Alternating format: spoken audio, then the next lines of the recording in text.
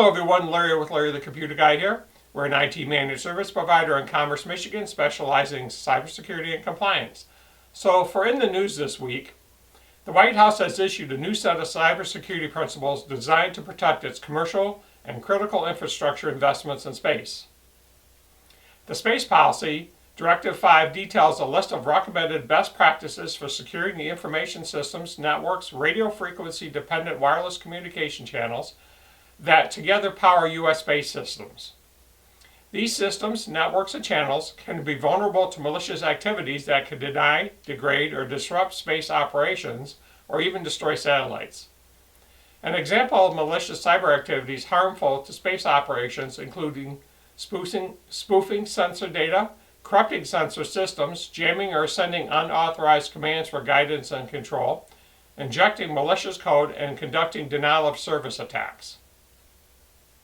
Such attacks could result in the loss of mission data, damage to space systems, and loss of control over space vehicles such as satellites, space stations, and launch vehicles, which could lead to collisions that generate dangerous orbital debris. Among the recommended best practice principles was the use of risk-based cybersecurity-informed engineering to develop and operate space systems with continuous monitoring for malicious activity and of system configurations. Other elements that will help ensure a good baseline of cybersecurity were protection against unauthorized access to space vehicle functions, physical protection of command, control, and telemetry receiver systems, measures to counter communications jamming, spoofing, management of supply chain risks, and improved collaboration between space system owners.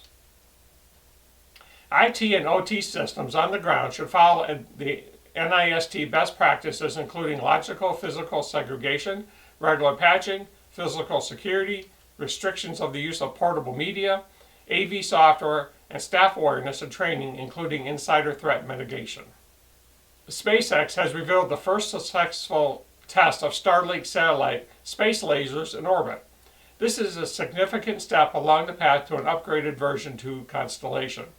In simple terms, these lasers are a form of optical light, which are light-based communication with an extremely high bandwidth stealing, potentially permitting the wireless high-speed transfer of vast quantities of data over equally vast distances.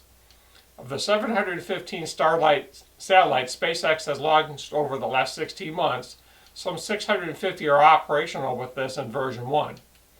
Spacecrafts designed to serve a limited group of customers in the early stages of constellation. Prior to SpaceX's September 3rd announcement, it was assumed that none of these satellites included laser links, but we now know that 2 spacecraft, presumably launched as part of the Starlink 9 or 10 in August, have successfully tested prototype lasers in orbit.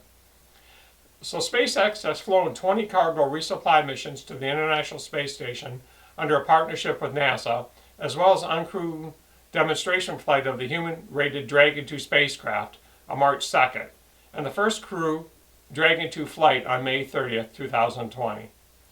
I really enjoy the space stuff coming up. I lived through the Apollo days. It's very exciting that we're getting back into space. So have a great day, a great week. Stay safe.